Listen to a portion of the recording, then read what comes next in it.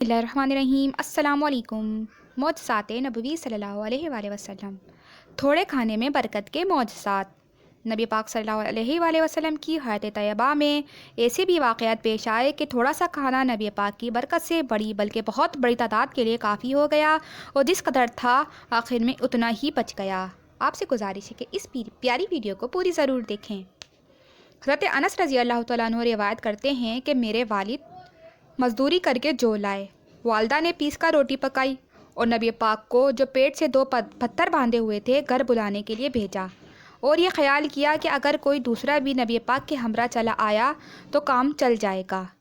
والدہ نے مجھے خوب خاموشی سے تنہائی میں نبی پاک سے گھر آنے کے لیے عرض کرنے کی ہدایت کی۔ جیسے ہی نبی پاک کی نظر مجھ پر پڑی، فرمایا تم کو ابو طلحہ نے بھیجا ہے؟ میں نے عرض کیا جی ہاں۔ اس وقت آپ ایک جماعت کے درمیان رونق افروز تھے۔ آپ نے سب سے فرمایا چلو، اور سب ساتھ ہو لیے۔ میں نے دوڑ کر والد کو خبر کی، تب انہوں نے والدہ سے اس طرح خطاب فرمایا کہ نبی پاک تو ایک جماعت کے ہمراہ آ رہے ہیں۔ وہ بولیں اللہ اور اس کا رسول زیادہ جاننے والے ہیں۔ ابو طلحہ نے بتایا کہ ایک ٹکیا ہے۔ نبی پاک نے گھی کا برتن منگوایا، اس میں سے گھی کی کئی بوندیں نکلیں۔ نبی پاک نے روٹیوں پر انگلی سے گھی لگایا، وہ روٹی پھولنے لگی اور برتن سے باہر نکل آئی، اور مردانہ مکان کھلوایا اور زبان مبارک سے بسم اللہ ہے عازم منحل برکتہ، اللہ کے نام سے اس میں برکت دے۔ 10 آدمی بیک وقت بیٹھتے اور سیر ہو کر اٹھ جاتے، اسی طرح 80 آدمی سیر ہو گئے۔ حضرت جابر کے والد غزوہ احد میں شہید ہوئے اور بہت سا قرض چھوڑ گئے۔ کھجور کی فصل تیار ہونے پر انہوں نے نبی پاک سے عرض کی کہ یا رسول اللہ آپ میرے ساتھ چلیں، شاید آپ کی موجودگی سے میرے قرض خواہ کچھ رعایت کریں۔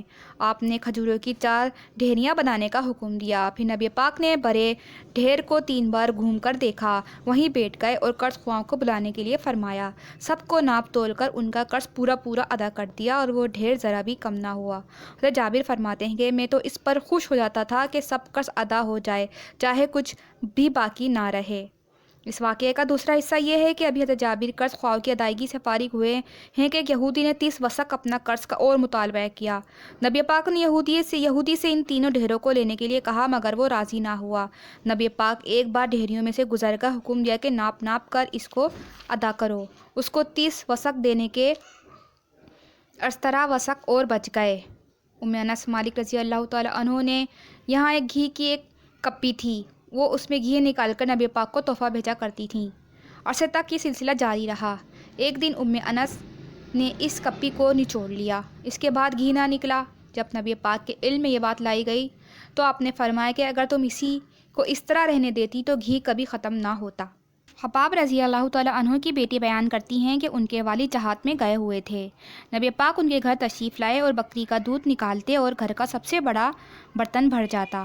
خباب رضی اللہ تعالیٰ عنہ نے واپسی پر آ کر جب خود دودھ دوہا تو معمول کے مطابق پہلی مقدار سے زیادہ نہ نکلا۔ عبد الرحمن بن ابو بکر نے بیان کیا کہ ایک سفر میں نبی پاک کے ساتھ 140 آدمی تھے۔ منزل پر اترنے پر آپ نے دریافت فرمایا کہ کسی کے پاس کھانے کو کچھ ہے؟ ایک ہمراہی کے پاس 2 سیر کے قریب آٹا تھا جو گوندھ لیا گیا۔ آنے والے ایک شخص سے بکری خریدی گئی، اس کی کلیجی آگ پر بھونی گئی اور اس کو 2 برتنوں میں کر دیا گیا۔ سب نے سیر ہو کر کھایا اور جو بچ گئی اسے روانگی کے وقت اونٹ پر رکھ دیا گیا۔ سبحان اللہ۔